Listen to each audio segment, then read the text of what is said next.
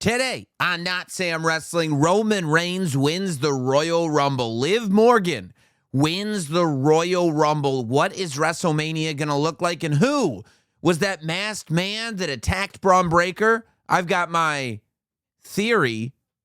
This is Notsam Wrestling. Welcome to Notsam Wrestling. Welcome aboard all of our Royal Rumble to WrestleMania fans. Welcome aboard all of our Road to WrestleMania fan base.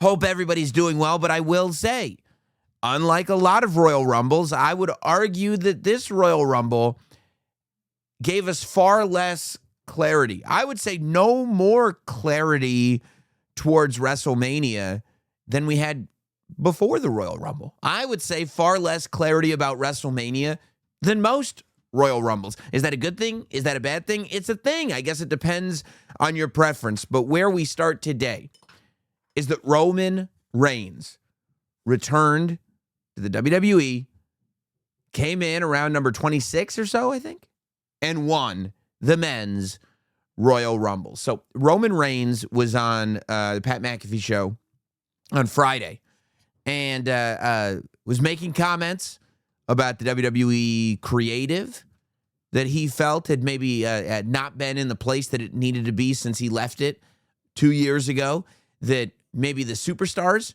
had not risen to the occasion, had not taken advantage of the opportunity that he had provided them when he left the WWE Championship behind almost 2 years ago, and that something had to be done because he couldn't stand for mediocrity. Now, when this happened, you didn't know if it was a work, you didn't know if it was a shoot, you didn't know if it was a kind of a mix of both, and I think that that's where it lands, but I think that it does start to tell the backstory of the Roman Reigns that we saw in Riyadh, that we saw in the Royal Rumble, that we saw win the Royal Rumble. Because Jey Uso is in the ring when Roman Reigns comes out. Now, Jey Uso, he did his whole entrance. It was a spectacle. It did distract from a few moments, honestly, in the Royal Rumble. I think Jey Uso's entrance this year, and I'm a very pro Jey Uso guy. I think Jey Uso should do the entrance. I think the entrance is part of the whole act, and people buy a ticket hoping to see the Jey Uso entrance, to participate in the Jey Uso entrance. I think that it's a good thing.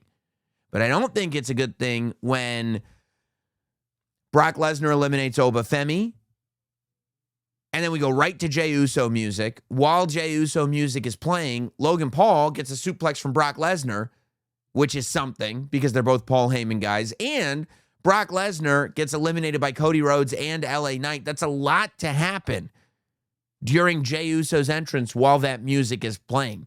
So that to me was odd. However, Jey Uso is in the ring. Jey Uso runs it back. It's a whole thing. And then Roman Reigns' music hits. And Roman Reigns comes to the ring, soaking in all that aura. And once he's in there, he asks Jey Uso if Jey wants to run it back. And when Jey says yes, and the music starts again, Roman hits him right in the face. And to me, this is the story of Roman Reigns. This is the story of a guy saying, this isn't what we're doing. We're not creating a spectacle here, Jey. That's not what the Royal Rumble is about. Am I the only one that still remembers that the Royal Rumble grants one superstar the opportunity to fight in the biggest match on the biggest show of the year? You get the title match at WrestleMania if you win this thing. That should be your sole focus. And I think that's what that hit to Jey Uso was all about. Roman went in there. He eliminated The Miz. He eliminated Jey Uso. Now, I thought that it was good that Jey Uso tried to eliminate Roman first. So it wasn't like Roman turned on Jey and all of a sudden eliminated him. It was, I think Jey got the message. When Roman laid him out, Jey understood what Roman's feelings on the match were. And Jey decided, okay, that's how we're playing, that's how we're playing. And Jey attempted to eliminate Roman Reigns. He failed. Roman Reigns eliminated Jey Uso. We got a very brief stare down. I mean, the interactions that we had with Roman and Cody were brief but telling. You know what I mean? There still is A lot of star power locked in between those two, and a lot of star power buried within the matchup of Roman Reigns and Cody Rhodes. Cody Rhodes, however, Jacob Fatu goes to eliminate him as he's getting back in the ring, eats a Claymore from Drew McIntyre, not in the match. Cody Rhodes is eliminated. Roman Reigns then eliminates Jacob Fatu. Now, there wasn't enough in the match that I would say immediately we're going to go to Roman Reigns versus Jacob Fatu, but there was enough in there to intrigue you to say maybe one day we will see this. So Roman gets Miz, Roman gets Jay, Roman gets Jacob. It's down to the final four. Roman eliminates Logan Paul. And finally, Roman eliminates Gunther. I thought that the final two was a great pick because, again, this was a Royal Rumble that a lot of people had a lot of different opinions on. There were some that picked Roman. There were some that picked Bron Breakker. There were some that picked Gunther. There were some that picked Sami Zayn, even though he wasn't even in the match to begin with. I think CM Punk had good odds of winning, even though not only was he not in the match, he's literally the world heavyweight champion. It wouldn't make any sense for him to be in the match. There were people who thought Cody was going to win. There were people, it was all over the map. And Roman was the one that won. And when he was paired off against Gunther and you were watching live, there was this moment where you realized, look, we just saw Gunther just retire AJ Styles, and we'll talk about that, but no chicanery, no, okay, well, this happens and then that happens. No, Gunther put another legend to sleep. What if this is, and we all felt, okay, it was a bummer when Gunther put AJ Styles to sleep. It was a bummer when Drew McIntyre beat Sami Zayn, and not like squeaked by him, soundly beat Sami Zayn. Are we going to get another bummer here? Is Gunther going to win this thing? He did not. Roman Reigns eliminated him. I think that says a lot about Roman Reigns, because right now, Gunther, who had just eliminated Randy Orton, by the way, is in the position where not only is he getting a lot of high-ranking eliminations in the Royal Rumble match, but also he beats everybody. Nobody gets the best of Gunther ultimately.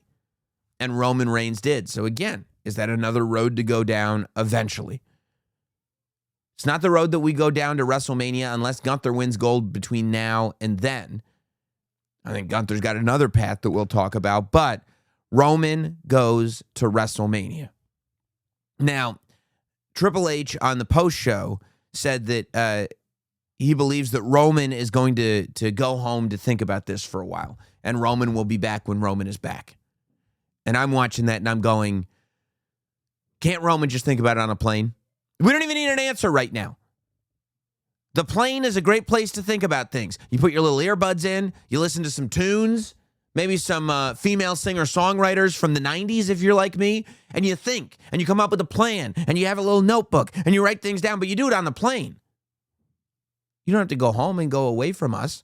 What I really want is Roman Reigns not just to get the title match at WrestleMania. It's time for Roman Reigns to tell one of those stories, like what he was talking about on the Pat McAfee show.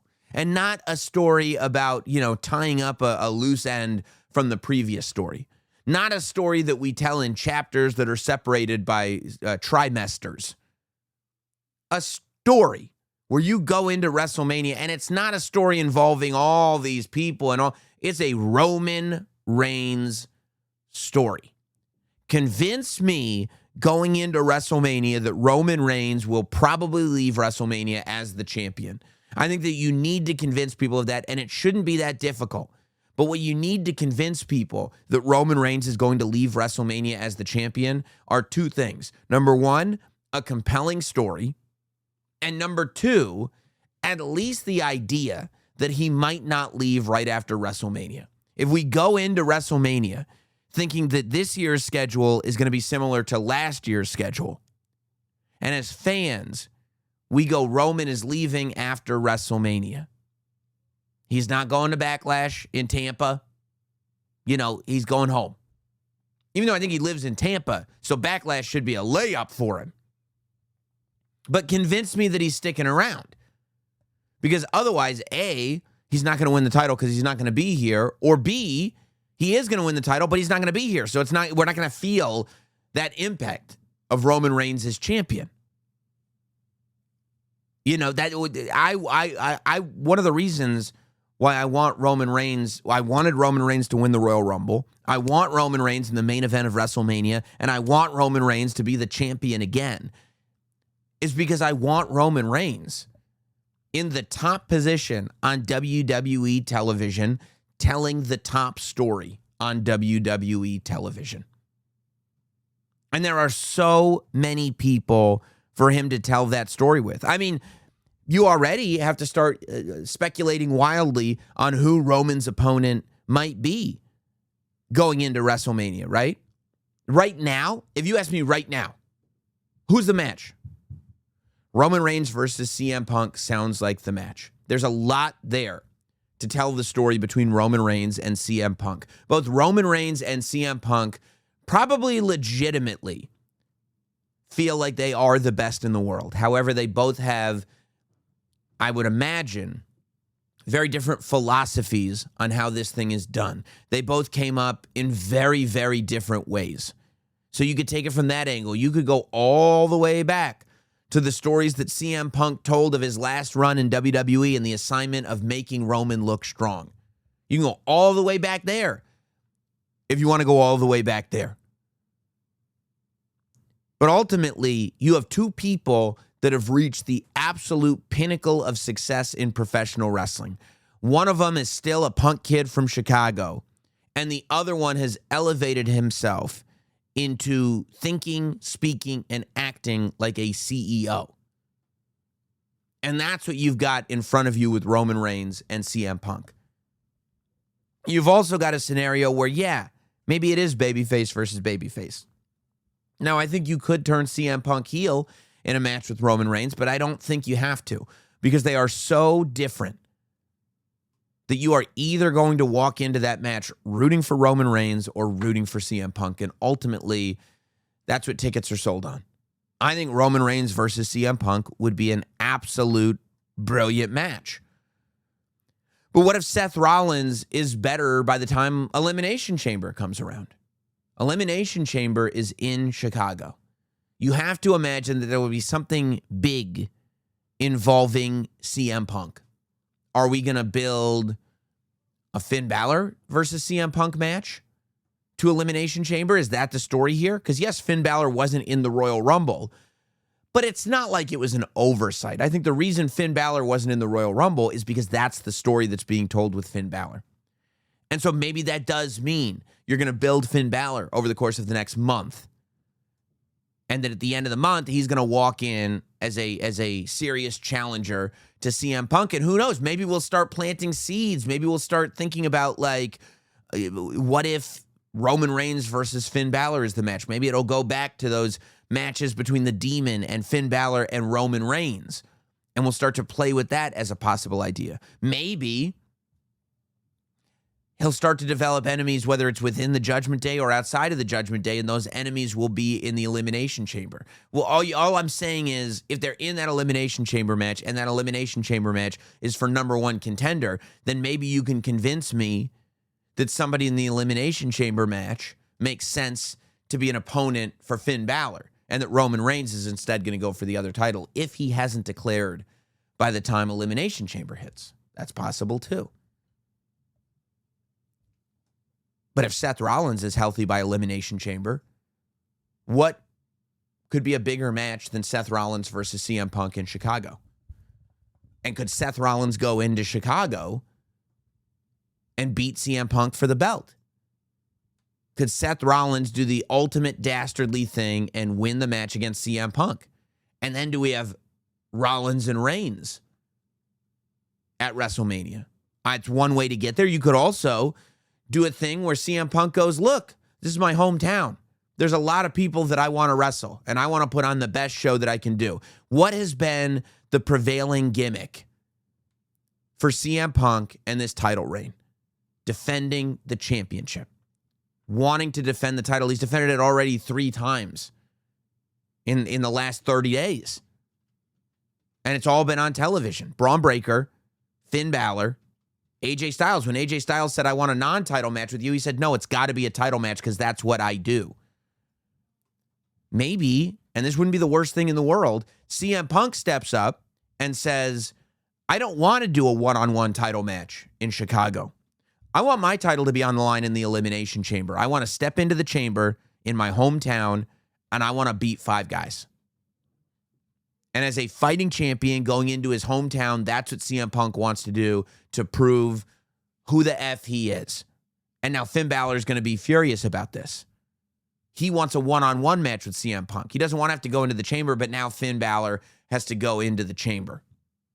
And what if you get to that chamber match and CM Punk is in it and Finn Balor is in it? And who knows who else could be in it? You could put Royce Keys in a match like that. You could put Obafemi in a match like that. Javon Evans could be in a match like that. Javon Evans would have to be. Regardless, Javon Evans has to be in the Elimination Chamber match. But then what if somebody gets taken out at the last minute? What if Seth Rollins does make his return in Chicago, but it's in the Elimination Chamber match where nobody expected it? And what if Seth Rollins wins the Elimination Chamber match? Well, if Seth Rollins wins, because what you don't want to do is go to WrestleMania with Roman Reigns versus CM Punk versus Seth Rollins, because we've seen that match before. You know where? At WrestleMania. But if Seth Rollins were to go into a World Heavyweight Title Elimination Chamber match and win, and Finn Balor is still pissed at CM Punk for not giving him the one-on-one match, instead going to a chamber, well, then maybe you go to WrestleMania with Seth Rollins defending the championship against Roman Reigns and Finn Balor and CM Punk in a grudge match where the winner of that match is going to start going after whoever leaves WrestleMania with the title. I mean, imagine that. If Roman is going away, Seth Rollins beats Roman Reigns. The one guy that Roman could never pin, I think, is Seth Rollins. Seth Rollins beats Roman Reigns again, and now we either go to Finn Balor and Seth or CM Punk and Seth. The other direction you could go is Roman Reigns beats Seth. And now you could go to CM Punk and Roman or Finn Balor and Roman. Those are directions you could go in. You could go the whole other way. You could do Roman and Drew. You could do a triple threat. Maybe the triple threat between Drew, Cody, and Jacob that we're all waiting for. I think that it'll happen at WrestleMania. Maybe it happens at the Chamber. And maybe Cody wins that match. And that's how you get to Roman and Cody. Maybe Jacob wins that match. And you get to Roman and Jacob. Maybe Drew retains and you get to Roman and Drew. But right there, I've got paths that take us to Roman versus Jacob, Roman versus Drew, Roman versus Cody, Roman versus Punk, Roman versus Seth. Take your pick. I love the idea of the World Heavyweight title being on the line in a chamber match, especially if Roman's not going to be on TV until after the chamber, because then that's the story that you tell. And then, much like Cody Rhodes came in at the end of the chamber match as the champion that was now going to confront his challenger, John Cena, Roman Reigns can make the surprise return at the end of the Elimination Chamber pay-per-view to confront whoever the World Heavyweight Champion is walking out of the chamber. That's what I would love to see. That's where I land. I would love to see the World Heavyweight Championship on the line at the Elimination Chamber in the chamber match. If Seth can come back, Punk can win. You know, whoever wins that, Roman confronts them after the chamber match. And then that way you're telling the story of Roman and the World Heavyweight Champion post-chamber match. You have about 6 weeks after the Elimination Chamber PLE before WrestleMania. And you spend 6 weeks telling that story with Roman on television. I think that that's money. However you do it, Roman Reigns said that he had big plans for 2026. And I am very, very ready for them. Guys, we'll get right back to it. But this time of year, I'm trying to stay consistent with eating well. But it's very difficult between work, workouts, commuting, cooking. Cooking's not happening. Tempo gives me fresh, balanced meals ready in 2 minutes so I can eat the way I want without losing time. I mean, my schedule is nonstop between all the shows and the meetings and the errands and everything. And healthy eating is usually the first thing to slip. Tempo keeps me grounded with real meals I can eat in 2 minutes. So I don't have to go to default snacks or bad for you takeout. With Tempo, each meal is perfectly portioned for lunch and dinner and ready in, like I said, 2 minutes. That means real food real fast without the sad desk lunch or drive-through regret. With 20 new recipes every single week made from nutrient-rich ingredients, Tempo keeps things exciting and helps you stay consistent with your healthy habits. Even busy athletes like Maria Sharapova swear by Tempo for the balanced meals that help them stay on top of their wellness goals. And no matter your goals, there's a Tempo meal for you. Protein-packed meals with up to 30 grams of protein, calorie-conscious, and even GLP-1 balanced meals. It's convenient, but it's also flexible enough to fit the way that you want to eat. For a limited time, Tempo is offering my listeners 60% off your first box. Just go to tempomeals.com/notsam. That's tempomeals.com/notsam for 60% off your first box. Tempomeals.com/notsam. Rules and restrictions may apply. I'm also ready to talk about Paul Heyman. And Paul Heyman having a horrible night at the Royal Rumble. So this is very, very interesting to me. Paul Heyman starts out the Royal Rumble crashing out on the pre-show. He confronts Adam Pearce and says, "You think this is funny? Is this your way of getting at me? Is this your..." He makes it clear that Bron Breakker is number 2. And Paul Heyman, all-seeing that he is, said, spot number 2 is even worse than spot number 1 because you start at the same time, but you're coming from lower ground. Spot number 1 gets to get in the ring first. Spot number 2 is fighting from beneath. And that prophecy played itself out perfectly because at spot number 2, Bron Breakker rolled himself into the ring or got rolled into the ring. And Obafemi at spot number 1 was waiting for him and eliminated him instantly. So I'm going to get into my theory on who the masked man is after we go over the whole night for the Vision, okay? Bron Breakker comes to the ring. He gets jumped by this masked man, which I think a lot of people, nobody saw coming. I'm comfortable in saying that. Bron Breakker gets thrown in the ring. He immediately gets eliminated by Obafemi.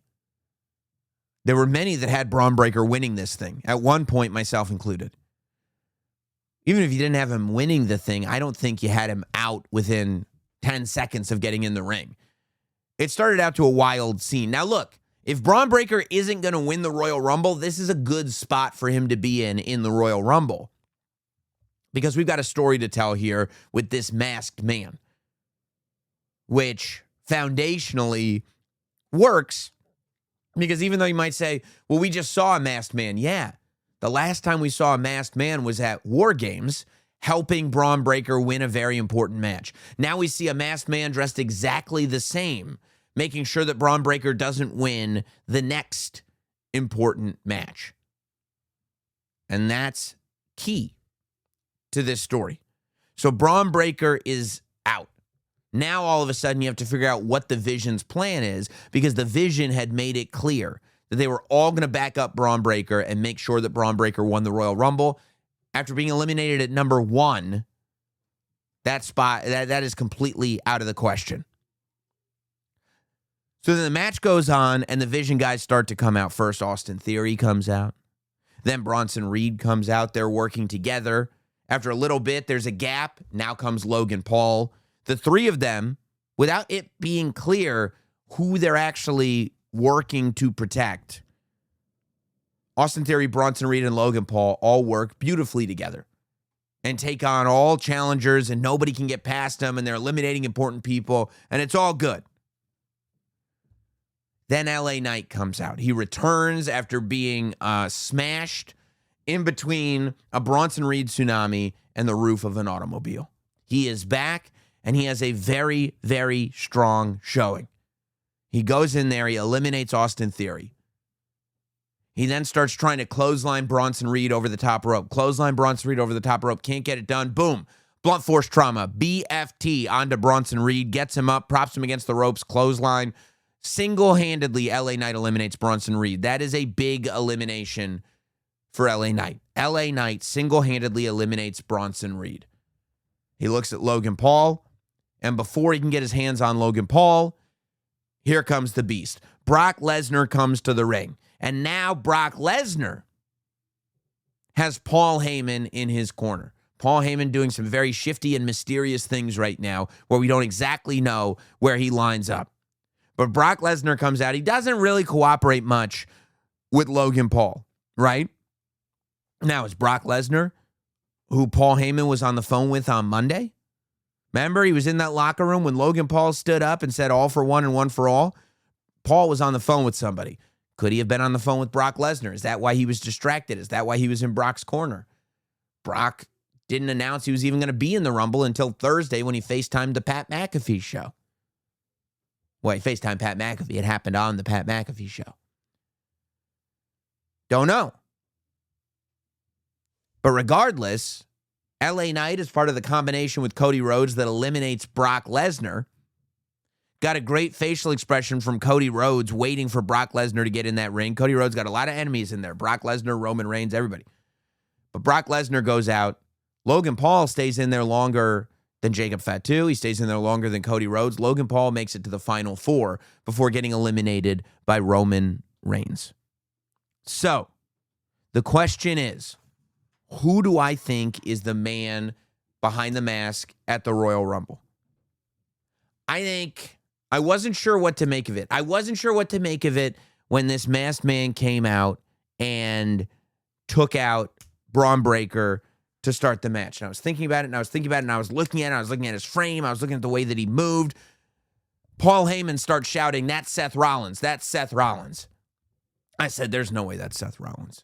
If it's Seth Rollins, why is he only going after Bron Breakker? If it's Seth Rollins, why is he not entering the Royal Rumble himself? If it's Seth Rollins, why did he get himself cured early, get to Riyadh, and leave a mask on to only stomp Bron Breakker and then leave and let Brock and Logan and Bronson Reed and Austin Theory all do their thing in that thing? It doesn't make sense to me that Seth Rollins is the guy behind the mask. I don't think Austin Theory is the guy behind the mask. That's another one. People go, could be Austin Theory. I don't think it is Austin Theory because I don't think Austin Theory is a double agent for Seth Rollins. I don't think that that's the aha moment that people think it is. I think Austin Theory is a soldier for the vision. I don't think Austin Theory is a Trojan horse. I don't think Seth Rollins needs a Trojan horse. What does he need to do? Figure out the Vision's secrets? He used to lead the group. He knows everybody that is in that group. He knows how they work. It just doesn't, I don't think it's Austin Theory. Finn Balor is a name that came up. I don't think it's Finn Balor because, again, it doesn't make any sense. His beef is not with Bron Breakker. His beef is the fact that he's not in the Royal Rumble at all. Why would he not want Bron Breakker to win, but be okay with anyone else in the Vision or Roman Reigns winning that match? Finn Balor went after CM Punk. Why would he now start going after villains? Finn Balor doesn't make any sense to me. I think the person that took out Bron Breakker right now, if you ask me right now, who was the masked man that took out Bron Breakker? I 100% think it was Logan Paul. I think that the man behind the mask, right now, I think the man behind the mask was Logan Paul. I think that Logan Paul concocted this plan when he's the one that stood up in the Vision's locker room and said, hey, let's all get together and make sure our man Bron Breakker wins this Royal Rumble. I think he knew what he was doing. I think that his plan was to make sure we could all get together and let's all agree to do this. But he knew. He was going to make sure that Bron Breakker didn't make it past number 2. He knew Bron Breakker wouldn't be in that ring anymore and that he would be able to then excel in the Rumble without having to convince the rest of the Vision that they should get him to win because he knew where he ranked in the Vision. He knew that the point of the Royal Rumble was to have Bron Breakker win. So he needed to make sure that everybody was on board. But then once Bron Breakker is out, well, okay, let's just all work together and then every man for himself. I think Logan Paul turned on Bron Breakker. I think Logan Paul sabotaged Bron Breakker. I think Logan Paul was the man behind the mask. Furthermore, I think Paul Heyman knew that Logan Paul was the man behind the mask. Paul Heyman immediately started shrieking, "That's Seth Rollins, that's Seth Rollins." He did not know who that was. He did not know that was Seth Rollins. He had no idea. But he starts insisting that that's Seth Rollins. Why? To throw people off the course. Now, why would Paul Heyman be in on this? Because where I'd like to see this go, if I'm right, and that was Logan Paul, the first thing in my brain that said, well, I think that's Logan Paul, but why would Logan Paul turn on the Vision? Then I realized Logan Paul isn't necessarily turning on the Vision. If the Vision sides with Logan Paul, then Logan Paul is not turning on the Vision. Logan Paul is taking over the Vision. Logan Paul is turning on Bron Breakker. When Bron Breakker comes out, the fans are already woofing.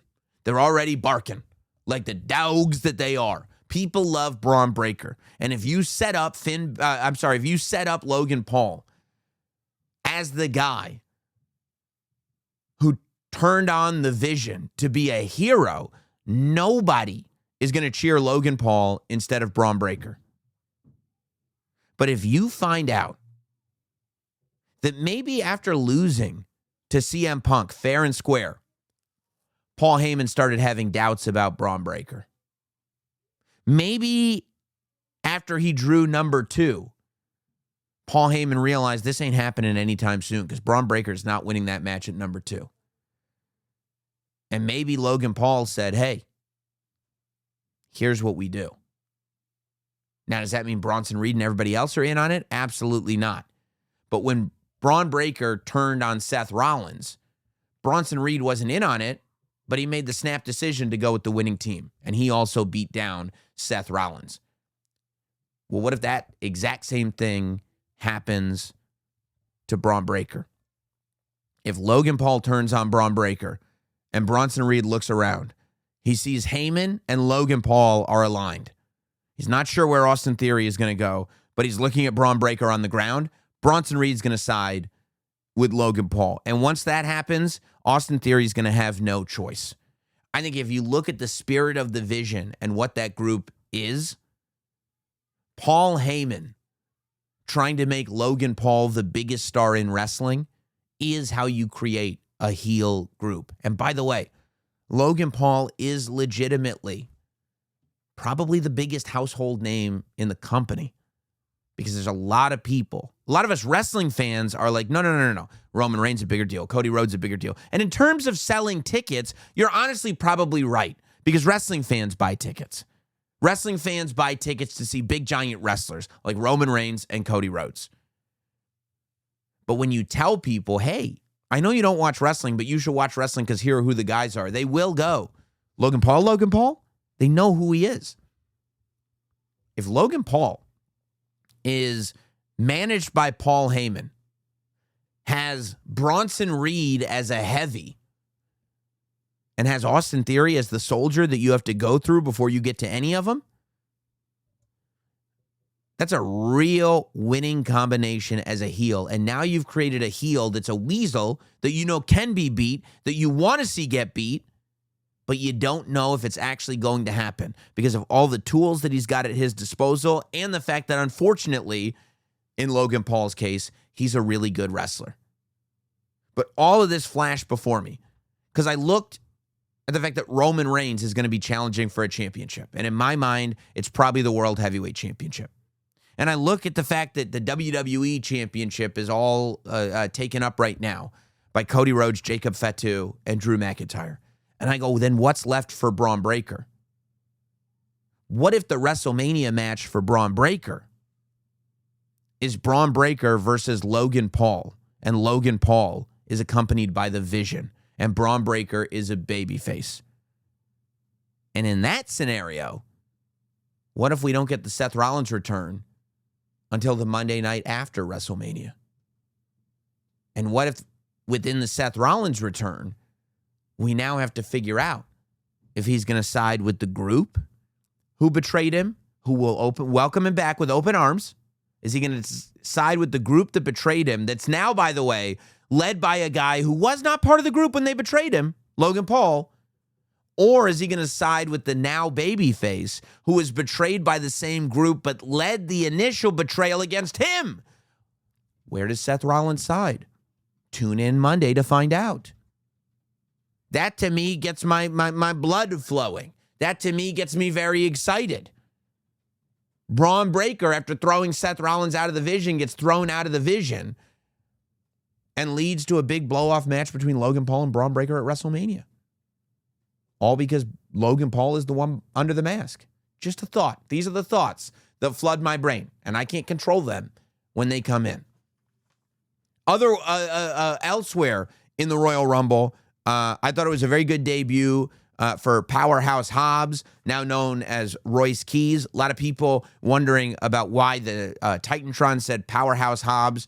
Michael Cole acknowledged him once as Powerhouse Hobbs, and then it evaporated into Royce Keys. But that's something Triple H has done forever, introducing new stars. Back in the day in NXT, on Finn Balor's first night, it said Prince Devitt. It evaporated into Finn Balor. Same thing happened with Kenta. Same thing happened when Asuka debuted very recently. The same thing happened when Zack Ryder morphed into Matt Cardona. Like, all of this is kind of 101. It didn't surprise me that much. And the name, it's a very controversial name. But every time that name gets changed, people go, oh my God, what are we going to do? And like within 2 weeks, you don't even remember the old name and you only see the superstar as their new name. Can you imagine calling Gunther Walter? At this point, probably not. He's Gunther. But when it first, and you go, well, Gunther's a great name. And that's true. But that's not what a lot of people were saying when it first happened. I think if Hobbs had wrestled in AEW as Royce Keys, and we had gotten to know him as Royce Keys, and then he showed up in WWE, and they said, well, now he's Powerhouse Hobbs, we'd go, what? Powerhouse Hobbs? He's Royce Keys. I don't think it's going to be an issue at all whatsoever. I think Javon Evans had a great showing. Happy to see they finally landed that RKO that they wanted to land all those months ago on NXT, where Randy Orton was able to catch Javon Evans out of the sky and RKO him. The Samoan drop that Javon Evans caught when he was launched 15 feet in the air, and then Jacob caught him and dropped him. That was maybe my favorite spot of the whole night, at least in that Royal Rumble match. So I thought Javon was... I love Javon jumping over people. The idea that, like, it was Priest and Oba, I think, that were going after him, and he would jump over Oba. He'd be on the rope. Oba would go for him. He'd jump over Oba and attack Damian Priest. I thought it was great. Oba looked like $1 trillion in there. Getting the Oba Brock stare down, Oba eliminating the first 5 guys, one after the other. I mean, just a wonderfully dominant performance by Oba. Brock did sell for Oba a little bit, which, by the way, Ilya Dragunov, I think, got to know Brock Lesnar at the Royal Rumble. That was a wild scene. But I thought that was a very good interaction that we got with Brock and Oba when Oba would charge him. And Oba taking that German suplex and Brock successfully German suplexing Oba Femi. Very intriguing. Very, very intriguing. I thought, building it to LA Knight and Royce Keys having issues with the Vision, I thought was interesting. It feels like, once they're done with the Luchadors, that LA Knight, Royce Keys, and maybe somebody else, maybe a Seth Rollins, who knows who the third will be. There's a new sort of pretty powerful babyface faction that's building to take on the Vision. Maybe it'll be Punk, you know what I mean? Maybe they'll figure out some way to do the Elimination Chamber like that. Furthering the Drew McIntyre, Cody Rhodes story with Drew eliminating Cody. Dastardly thing to do.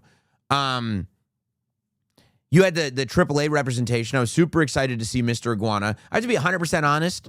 I would have loved to have seen Kit Wilson in that Rumble. I feel like Kit Wilson could have been in that La Parka spot, and it would have been beautiful. But I also think there was a concerted effort, and I understand, made to put eyeballs on some of the funner acts that they have in AAA. They want the American audience to continue to be excited by what's going on in AAA, and I think that it's been so effective thus far. So why not show them off? And I think that's why La Parka was in. I also think that's why you ended up with that Grande versus Grande spot, because there's a big part of me that just wants Chad Gable back. Chad Gable is just such a beast, and I think that he's in the position now that he could do it.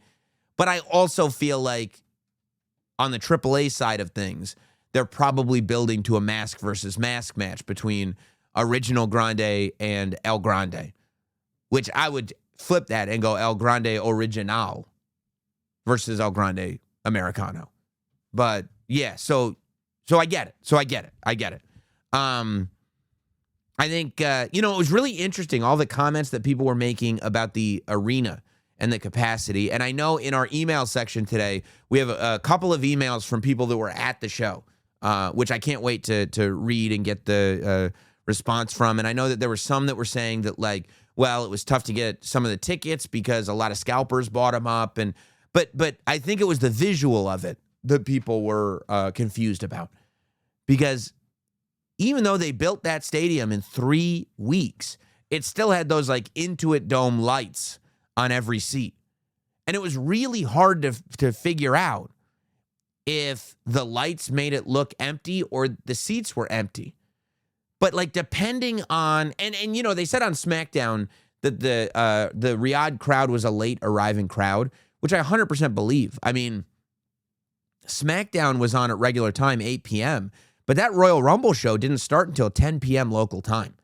That's why they kept saying it's 2 o'clock in the morning. Like, the reason why SmackDown, if you were watching internationally on Netflix, was live at noon Eastern, and the Royal Rumble was on at 2 Eastern, is because the Royal Rumble PLE didn't start in Riyadh until 10 p.m. local time. And so I would have to imagine that was done because culturally things start later over there. I would imagine. Maybe we'll clear that up in the email portion. But also, from certain angles, you'd look at it, and it did look like those seats were empty. But then if the lights weren't on, like, for example, if you look at the shot of the audience singing Randy Orton's theme song, the place looks packed. There's no lights on, and everybody's standing up, and all of a sudden you go, oh, it's packed. So I don't know. I think it really depended on when and when you were looking at it and what was going on. But I think there's a good possibility that those lights were misleading in terms of how many people were actually in those seats. I think the Royal Rumble gave us a lot of hints as to what we could get at WrestleMania. For instance, coming off of the Royal Rumble, this is what I want at WrestleMania. Assuming Seth is not back, I think Roman versus Punk is your way to go. I think Logan Paul versus Bron Breakker is your way to go. I think based on eliminations, I think the Brock Lesnar matches with Oba Femi. I think that is going to be a big, giant money match. Brock Lesnar versus Oba Femi, I think, is your WrestleMania match. And I think Gunther's match has got to be against Randy Orton. Multiple times on that show, they referred to Gunther as the career killer. Gunther eliminated Randy Orton. Randy Orton hasn't said he's retiring. Randy Orton, if anything, has said he's on the road to 15.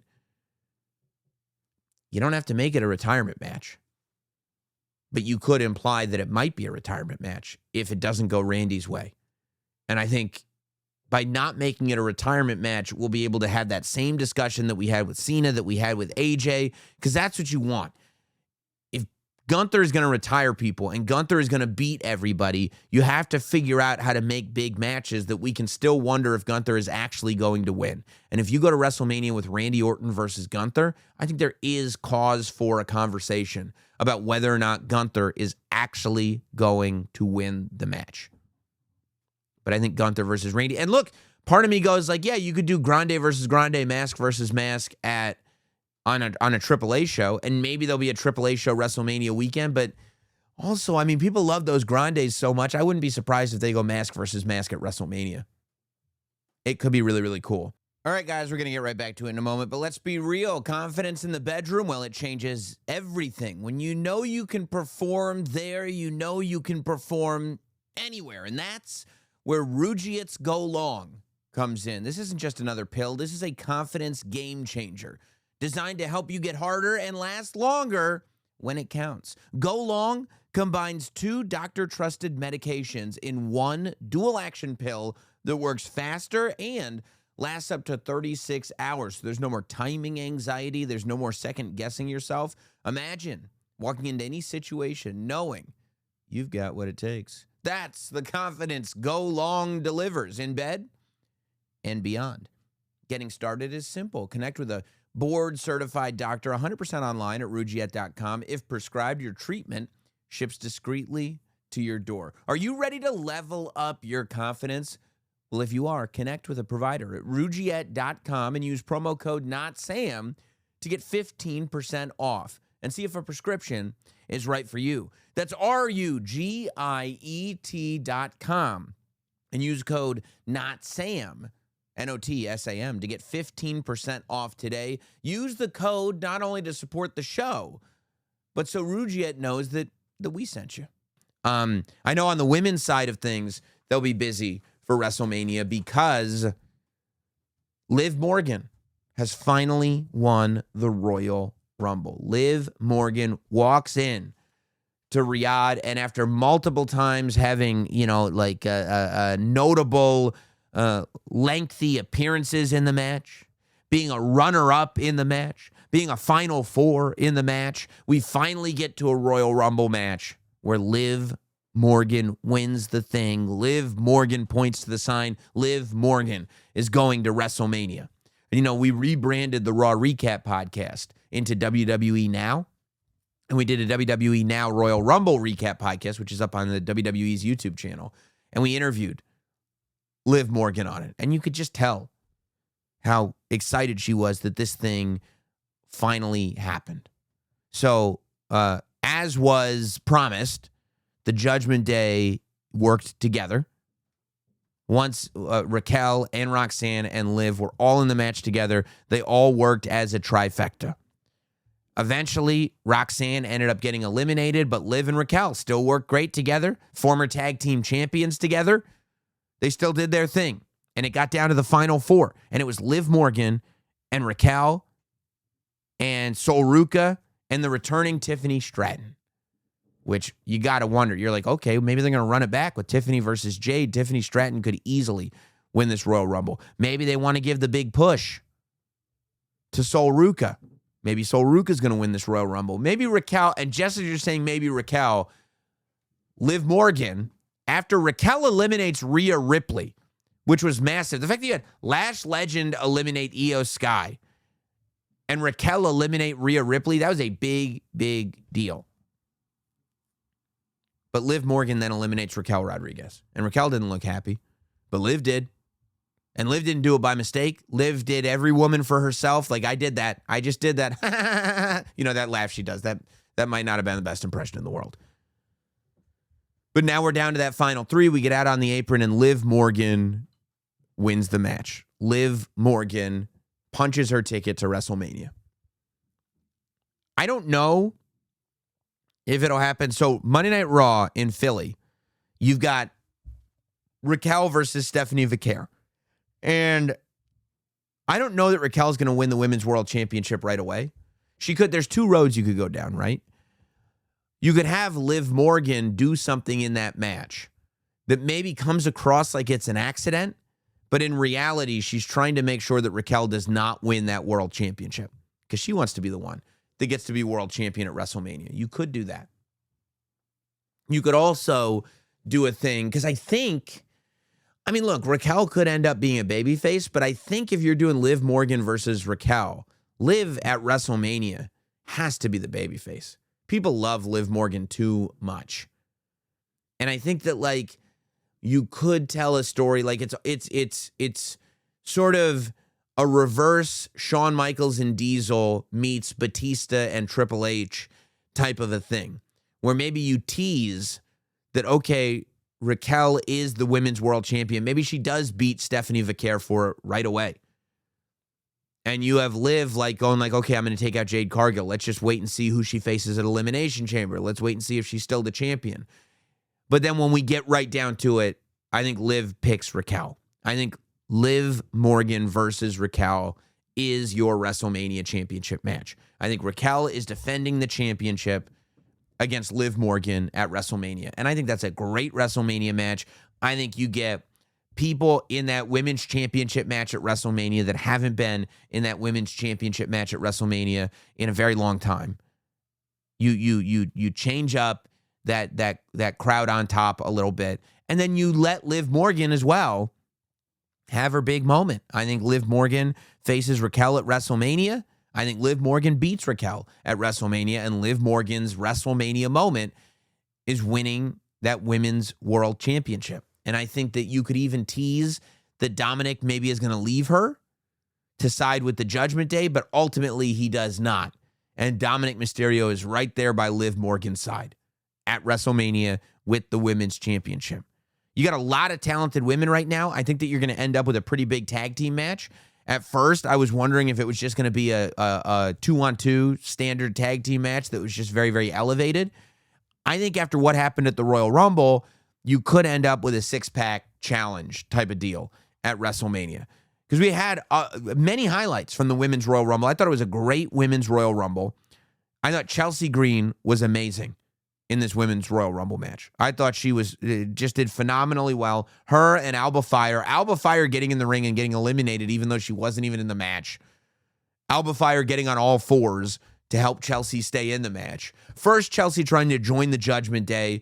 Then Chelsea trying to get Rhea Ripley to salute her. I just thought, gangbusters. I thought she was great. Alexa and Charlotte starting the match against each other as if maybe this frenemies thing would explode, but then not fighting at all. And honestly, it's a smart strategy. Because why beat each other up? There's a third person coming in. You're going to be able to get 2-on-1 on that third person once they get there. Lash Legend, I mean, it was almost the way Obafemi had a showing in the men's Rumble. Lash Legend had a showing in the women's Rumble. Just eliminating not only a lot of people, but very high-profile people. Looking like $1 million. I thought it was an amazing night for Lash Legend. Natty coming out and not only being there, but eliminating Becky Lynch. It would appear that we're going with a Natty Becky Lynch story next, which is surprising. Because the fact that Natty was going after Maxine would have had me believe that Natty was a heel. Who knows? Maybe Becky Lynch will go like, maybe she's a little bit afraid of Natty. Maybe they end up teaming together and then Natty turned. I don't know. I'll be very interested to see how that works because Becky eliminated Maxine and then Natty eliminated Becky.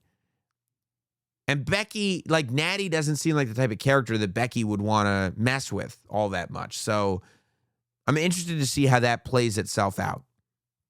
And then, of course, the moment of the Rumble. Brie Bella returns, and I love the reaction that you guys gave her in Riyadh. I love what you guys did for Brie Bella. When Brie Mode, I don't have the computer voice. When Brie Mode kicked in, and everybody went nuts. It was a legit surprise for a lot of us watching the Rumble. Clearly a legit surprise for a lot of people in attendance for the Royal Rumble. Seeing Nikki and Brie back together again. I mean, Brie hadn't missed a step. It was awesome. Seeing her be inspired by, as Michael Cole put it, the it kicks created by The Miz. I thought that was a very good line. I'm so happy both Bellas are back. I think that's what made me, as soon as I saw the Bellas back together, I said, oh, there's a lot more than one tag team now. I think we've been building this women's tag team division knowing that this is going to be a showcase for the division at WrestleMania. Because at WrestleMania, I mean, you could easily do a six-pack challenge where Rio is defending against the Bellas, is defending against Charlotte and Alexa, is defending against the Kabukis, is defending against Nia and Lash, is defending against Bayley and Lyra. Like, unless you're going to do some kind of women's tag team tournament that leads you to a number one contender at WrestleMania, I feel like you're getting a six-pack challenge. Unless you're going to do a fatal four-way tag match for number one contender, you could do that, right? You could do Rio versus, like, Charlotte and Alexa as your big women's tag team match, and then do a fatal four-way on night one for number one contender. You could do a fatal four-way on night one where the winner goes on to night two to face Rio. That could be a lot of fun. Actually, I would like that. I would love on night one some kind of fatal four-way to determine the number one contender for the women's tag team championship. And then on night two, that team faces Rio. Because I feel like when you've got a tag team with the star power of Rio, and you've got a division in that tag division that now goes so deep, I don't know if I want to put them all in one match altogether. I think I'd love to see, and that way you're looking at it going, wow, I'd really love to see the Bellas versus Rio. I'd love to see Charlotte and Alexa versus Rio. I'd love to see these guys versus Rio. Like, I think that's the way I would go. Fatal four-way on night one. Women's tag team championship match on night two. I think I've got Liv versus Roxanne. I've got, Liv versus Raquel. I've got a fatal four-way tag match on night one. I've got Rio versus the winner of the fatal four-way tag match on night two. And that way you got 2 nights worth of women's tag. And then now for the women's WWE championship, I'm going to keep hoping Bianca Belair is back at some point, maybe in the chamber, to get that shot at Jade. I really want Bianca versus Jade, but if we're not going to get it, I mean, Tiffany versus Jade could be done again. You know, I don't know. I'm going to have to keep my eye. You know what I'm going to keep doing? I'm probably going to keep watching the product. That I think that would be the best move for all of us. AJ Styles retiring at the Royal Rumble. I think that it was not a surprise, but it's always going to be a shock. You know what I mean? Just seeing him go out. AJ and Gunther, no surprise, had a tremendous match. Really, really good. But in the end, AJ being put to sleep by Gunther. As Gunther said, by the way, on the WWE Now WWE Now Royal Rumble recap podcast, Gunther did say that he put AJ Styles went to sleep like a bitch, which that's not what you want to say to a guy in his last match. AJ Styles, he passed out like an MMA fight. They put the one arm up and down, not like the old school wrestling 1, 2, power out. And then he woke up in a confused state, like you see on MMA as well. It was done with realism, which I like. You know, I don't think anybody wanted to see AJ Styles retire. I think everybody was waiting. Maybe he'll come out in the Royal Rumble. Maybe he'll do something. He starts to take his gloves off. He does not take his gloves off. He puts his gloves back on. And of course, I think people are speculating wildly on whether or not this is the end of AJ Styles, whether or not he's going to be able to come back. I think that part of that speculation is based around the fact that people don't want him to be done, that people want him to still be wrestling. But the fact is, in my opinion, I think AJ's done. I don't think AJ's going to wrestle again. I don't think AJ's going to wrestle in TNA. I don't think AJ's going to wrestle in AEW. I think AJ Styles has retired from wrestling. The AJ Styles versus Gunther match was presented very differently than, say, Edge's last match. Edge's last match in the WWE just kind of snuck up on us. We didn't even know it was going to be his last match, and there it goes. And the reason for that was we didn't build it to a retirement. It was just Edge's contract was up, and then he decided to sign someplace else. I think if there was any risk, if this really was just simply the end of AJ's contract and then he's going to decide what's next, you're not putting him in a title match against against CM Punk. You're not putting him in the Saturday Night's Main Event with Shinsuke. You're not making this giant deal of a match. Like, they spent a lot of time building the value of AJ Styles on his way to this match with Gunther. And if there is a risk of AJ going and wrestling for another promotion, it's hard for me to believe that that would happen. I don't think AJ Styles is going to wrestle in TNA because TNA is a partner of WWE, and why would that benefit WWE? Why would WWE take somebody, like make him into a serious draw to the point that people desperately want to see him wrestle between now and all the way up to and including WrestleMania, and then put that on a different show? Create a desire to see an act and then voluntarily allow that act to be on a different show that's not your show. It just doesn't make sense that that's how things would be handled. And I think if AJ Styles had wanted to continue to wrestle, WrestleMania would be where he would wrestle last. If you're going to continue wrestling in another company, why would you stop at the Royal Rumble? Why wouldn't you just sign a 3-month extension and get a WrestleMania match out of it? You know, I think that the all logic to me points to AJ Styles is done. I'm hoping at some point we see an AJ Styles ceremony, speech, something like that. I think that it's a layup that this year you put AJ Styles in the Hall of Fame. I think you can wait on John Cena. I think there are other things, but I think putting AJ Styles in now, right after you've raised his stock, would be a really, really good idea, and I think people would want to see it. I would put AJ Styles in the Hall of Fame this year. And then who knows? Maybe he goes down to the Performance Center. He starts coaching. I heard there's an opening for the general manager now.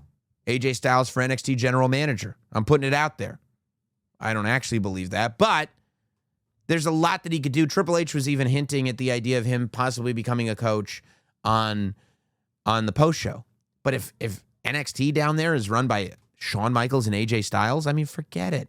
Forget it. But yeah, I think as much as we don't want it to be true, I do believe that AJ Styles has wrestled his last match. And before we get to emails, congratulations to Tommaso Ciampa. What a week for Tommaso Ciampa. Last week, it gets announced that he's no longer going to be with the WWE. He had a great debut appearance on AEW Dynamite on Wednesday. Challenges Mark Briscoe to a match for the TNT Championship. Goes to Collision.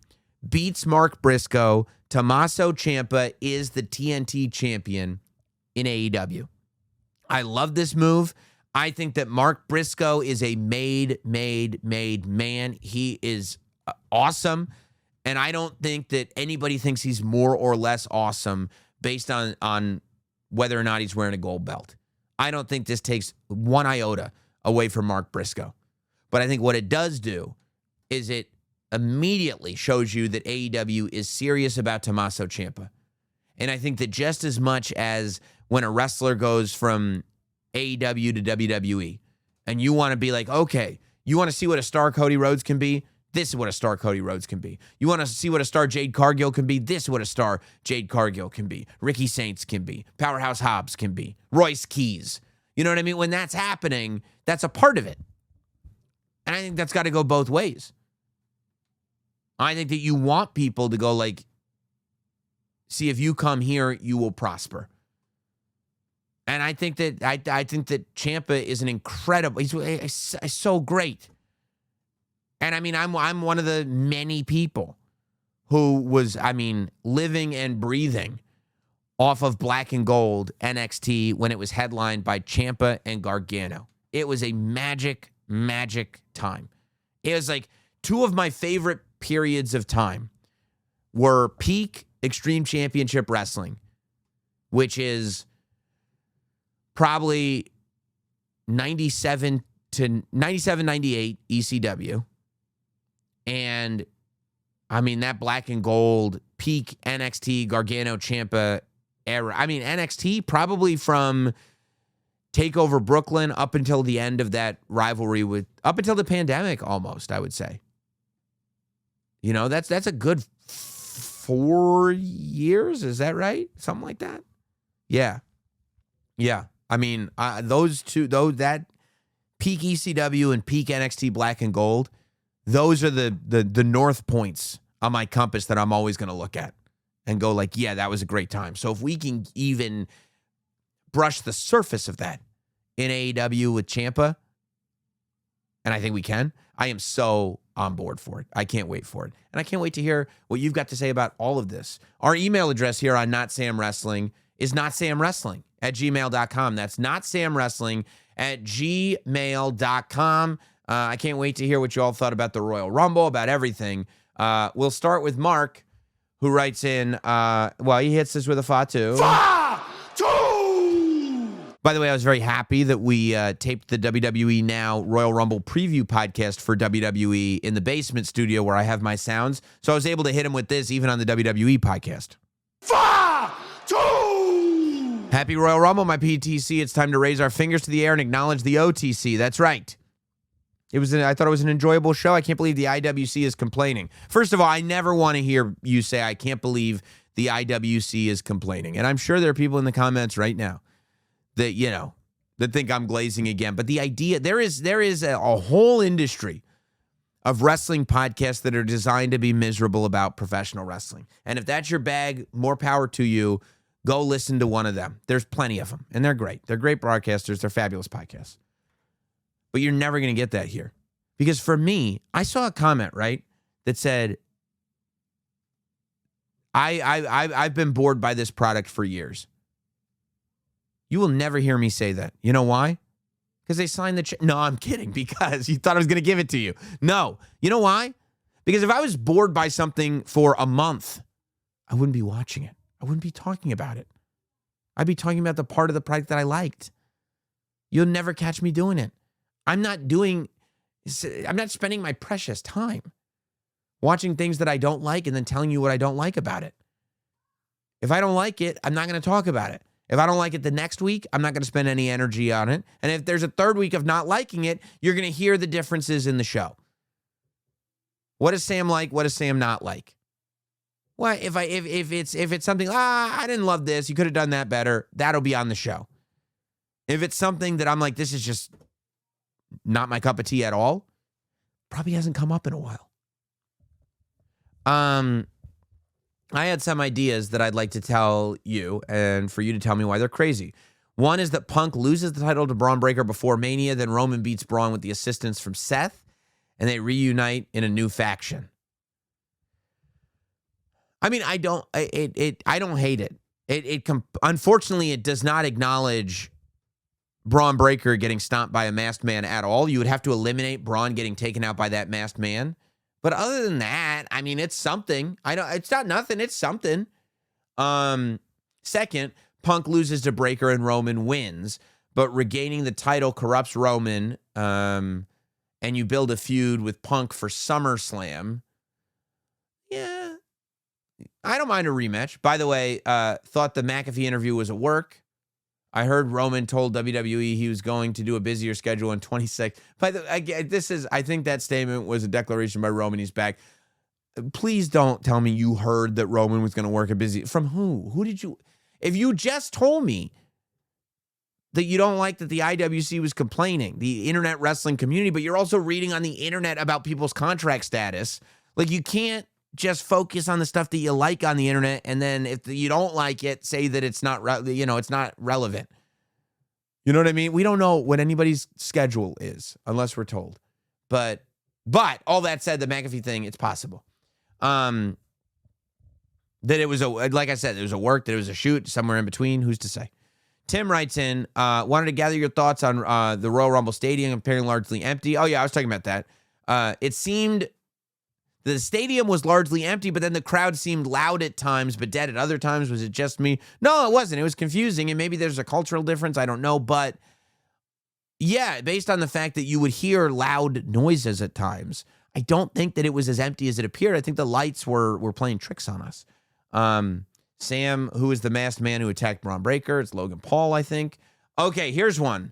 Ahmed from Riyadh, writing all the way in from Riyadh. First of all, I love that you're listening to the pod, writing in from Riyadh. And I would like to say to all you guys, Ahmed, you included, just came back from the Royal Rumble. I cannot tell you how much I love all the way on the other side of the planet seeing people love professional wrestling, looking at this at the fan fest that they created with the giant Roman finger and the LA Knight logo and the Cody Rhodes mask and everything. Seeing people waiting online for hours for the meet and greets and everything.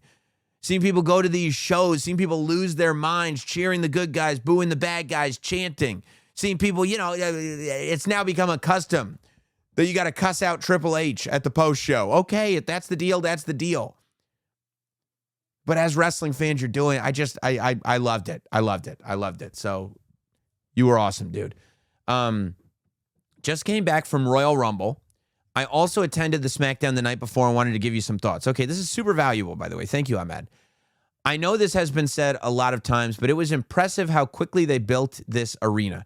I can see the arena from my office, so I saw it being an empty parking lot to what you saw in 20 days or so. That's incredible. I was also scared for my life when the crowd were stomping for noise. Yeah, and dude, I mean, it held up perfectly with all those lights and everything. I was disappointed by the attendance at SmackDown.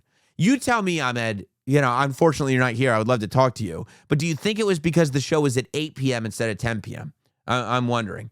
When I was buying tickets, the tickets on day, on the day they were available, there were more than 400,000 people in queue for SmackDown and 700,000 people for Royal Rumble. I blame the resellers for this. The tickets were available later at 12 times the original price.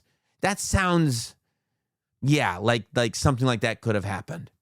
Having said that, it was not as empty as people thought. The LED lights made it feel like the seats were empty, but that was not the case. The LED lights were placed on the side of the seat and much higher than your body. So they were supposed to be visible. Also, probably that way they weren't in your eyes, right? That way the light was like above you, so it wasn't right in your eyes. So they were supposed to be visible. Royal Rumble was almost a full house. It's very interesting. In my view, the crowd was louder on SmackDown than it was at the Rumble. I'm not sure how you perceived it on the TV. Moments. It was up and down for Rumble. Sometimes you guys were really, really quiet. Sometimes you guys were really, really loud. You were really loud for Brie Bella, and I love that. The start time was not ideal either. Royal Rumble started at 10 p.m. It sent home around 2 a.m. Sunday is a school/working day in Saudi Arabia. That's interesting. Friday and Saturday are weekends. So I also understand why the energy levels were not the same as SmackDown, which started at 8 p.m. Well, that's interesting. If culturally it would have made more sense to start it earlier. I wonder why that decision was made then. That's perplexing. I am glad that Roman Reigns won. After AJ Styles and Sami Zayn lost, it gave us something to go back with. I thought so too. It seemed like that was two real bummers in a row. And so to have something big like that happen, I think was really good. There are some superstars that are just over in Riyadh, even if they are heels. Drew and Liv are two of those. Isn't that interesting? As much as like Sami Zayn is loved and speaks the language and everything, you guys love Drew and you love Liv. I like that. The fan experience outside the arena was amazing. It looked really amazing. I hope to see you next year in Riyadh for WrestleMania. Man, I haven't been out there for a show, but I was talking to some of the crew. We were in Stamford to do the Royal Rumble recap WWE Now podcast. And I was talking to the crew that's been out there. And I was like, I wonder if we'll go out there for WrestleMania. And they were just talking about like how cool it was for them out there to see everything, I guess they got treated so incredibly well when they were out there. So I think it would be a pretty remarkable experience to get to go all the way out there to just, kind of talk about wrestling, interact with wrestling fans. I think it'd be a lot of fun, man. A lot of fun. Thank you, Ahmed. That was great insight. Greg writes in, Roman Reigns returns. This was the title of your Royal Recap podcast. Would it kill you to just title it Royal Rumble Recap? I avoid social media, not thinking I had to do the podcast too. I am so tired of people thinking that podcasts need to be curated for them as individuals. The title of the podcast was Roman Reigns Returns. It was not a spoiler. They told you for 2 weeks that Roman Reigns was going to be in the Royal Rumble. I specifically didn't write Roman Reigns Returns because people get very upset. By the way, the podcast came out at 10 p.m. The show ended at 6 p.m. It was 4 hours after the show had already been over. And all I wrote as the title was Roman Reigns Returns. I understand push notifications being what they are. But the original title literally said Roman Reigns wins the Royal Rumble, and I deleted it to write Roman Reigns Returns. I'm not going to just write Royal Rumble Recap Podcast. There is nothing about that title that is attractive to people going like, oh, I have never listened to this Not Sam podcast before, but here's the thinking, okay? I want to, obviously, Gregory, I want you to be happy with the show. I value you as a listener. And if this is the first time you've ever said anything about it, I apologize, but it's enough. I want people who love the show, who listen every single week, to enjoy that experience. At the same time, I also would always love new people coming in. And I want you to know that the main topic of this podcast is going to be Roman Reigns. That way, if you just watch the Royal Rumble and you see this thing pop up, oh, he's talking about Roman Reigns. But at the same time, all it says is Roman Reigns returns. Does that mean he got eliminated? Does that mean something happened? What happened with Roman Reigns? I don't know. I'll watch the Royal Rumble and then I'll hear this thing. But I can't just put podcasts out that just say, here's a podcast. That you can't. I can't. So, sorry, Greg. The title was Roman Reigns Returns. I said, sorry to take that out on you. But as a fellow Mark, you understand, right? I do understand. And I'm sorry to take my frustration out on you. Give us till the next day or title something ambiguously. Don't you think? No, I think Roman Reigns Returns was not the spoiler. By the way, when I put out an emergency podcast when Drew McIntyre won the title on SmackDown, I put it up before SmackDown aired, and I titled it End of SmackDown Reaction or something like that. I specifically did not title it because I do understand where you're coming from. And I want you to know I did think of that. I demand either an apology or a platform to express my amazing booking ideas. Okay, I appreciate Greg, know that I appreciate you. I'm not yelling at you. I appreciate you. And also the tenor and tone of your email is greatly appreciated because I get comments from people in a much nastier way, and that's more where my vitriol comes from. But this email is worded in a very fun, respectful, nice way. So I really appreciate that, dude. Really, and I'm meaning that honestly. And I do want you to know that my intention in writing Roman Reigns Returns as the title of the podcast, and by the way, now you know, I do not preview these emails before I read them.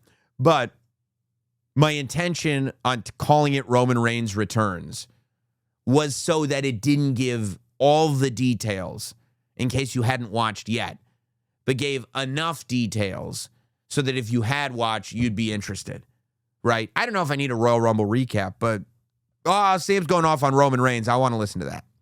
That's my thinking. So hopefully we've found some common ground, but I do want you to know that hearing stuff like that I don't ignore it.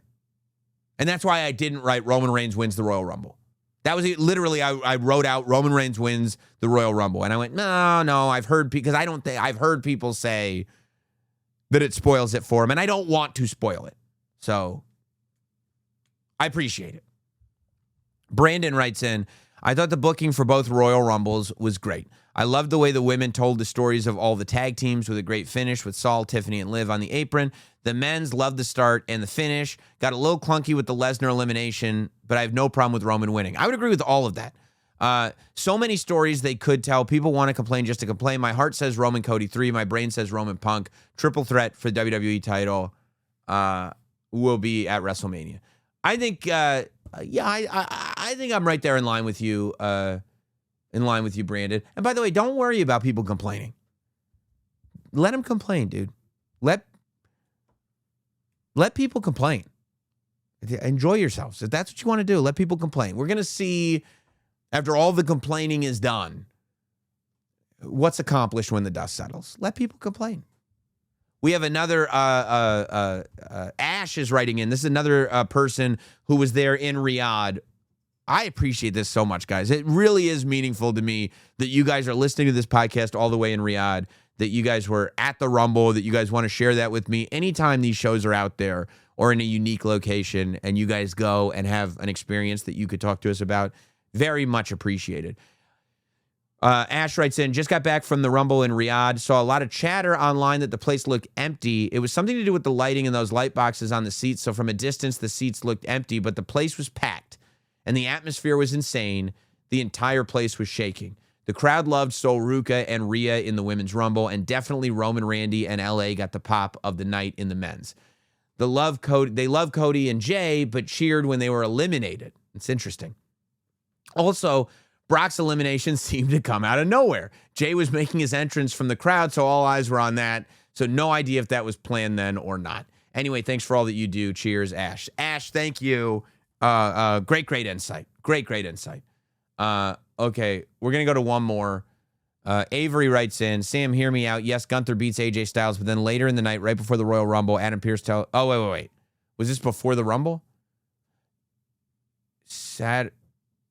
What? This was sent after the Rumble aired. Okay, I'm not doing it. I'm not doing it. I'm going to just, okay, here's, that might be it. I'm making sure that there's no other on the scene sort of emails before I go out. Okay, let's end with this one. Let's end with Adam from the UK. Another international one. Adam from the UK. First of all, I acknowledge you, my podcast chief. Loved Royal Rumble and so happy Roman won the Rumble. Looking forward to a strong 2026 for the OTC. What if Roman came out and asked the crowd, should I challenge WWE Championship? Or should I challenge the World Heavyweight Championship? Or should I challenge the People Championship? Roman versus Rock, WrestleMania main event. You're operating on a different level. Thank you. I appreciate that very, very much. I mean, I would love that. Yes. I mean, I think if The Rock comes back, I'm not sure that he will. I think that right now he's doing a bunch of Hollywood stuff. He also lost a bunch of weight for acting and everything. Look, if that happened, I mean, I would jump so high I would bust through the ceiling on this thing. Are you kidding me? I'd rather see Roman versus The Rock than breathe. I don't think it'll happen this year, but I would love it if it did. Appreciate you guys. Thank you for writing in. Thank you for being loyal to the show. Don't forget to subscribe across all podcast platforms. For the audio, just search Notsam Wrestling. YouTube.com/Notsam Wrestling is the YouTube channel you need to subscribe to. Leave comments, hit like, do the whole thing. And we'll talk throughout the week. We're on the road to WrestleMania, baby. Here we go. Have a good one.